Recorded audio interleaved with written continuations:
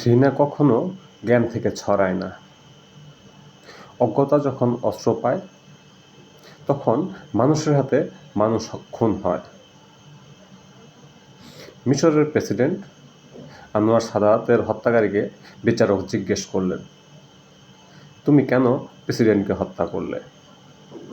হত্যাকারী উত্তর দিল, উনি সেকুলার ছিল। বিচারক তাকে আবার জিজ্ঞেস করল, সেকুলার কি তা তুমি জানো? হত্যাকারী উত্তর দিল, না, আমি জানি না। আমি আমার এক প্রিয় শায়েখকে জিজ্ঞেস করলাম, বাঙালি জাতীয়তাবাদ, গণতন্ত্র, সমাজতন্ত্র এবং ধর্মনিরপেক্ষতা কি আপনি জানেন? উনি ভ্রুক্ষেপ করল। আমি ওনাকে বললাম, মদিনা সনদ কখনো পর্যালোচনা করেছেন? উনি বলল, পড়েছি, তবে বিশ্লেষণ করা হয়নি। এ থেকে আমি বুঝতে পারলাম ঘৃণা কখনো জ্ঞান থেকে ছড়ায় না। অজ্ঞতা হচ্ছে বিশৃঙ্খলার মূল কারণ।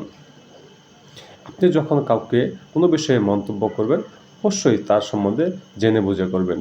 আপনি এমন একটি মন্তব্য করুন যেন ওই লোকের উপকার হয় বা এই সমাজের, এই রাষ্ট্রের উপকারে আসে। ধন্যবাদ, ভালো থাকবেন।